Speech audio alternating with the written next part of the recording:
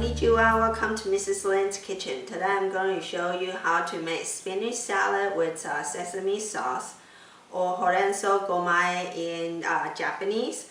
Horenso means spinach, goma means sesame, and e means sauce. So it's spinach sesame sauce. It is a quick and easy side dish and it's perfect for summer months. So let me show you how to make it now. Here is the ingredients overview. In this recipe, I use pre-toasted sesame seeds sold in the supermarket for convenience. If you use raw sesame seeds, remember to lightly roast them on stovetop until fragrant. Cut off the root and rinse spinach under water before using. Let's prepare the ingredients. Bring a pot of water to a boil and blanch the spinach for about 1 minute. Take the spinach out and immediately place it in ice water. Next, squeeze as much water out from the spinach as possible. Try to line up the spinach nicely so it will give you a better presentation. Chop the bunch of spinach in half, then in quarters.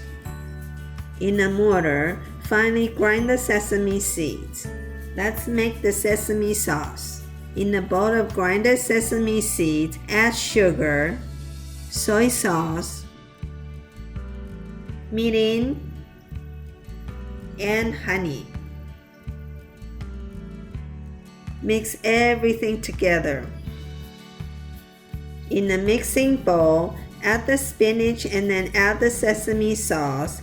Mix them well. Transfer the spinach onto a serving plate.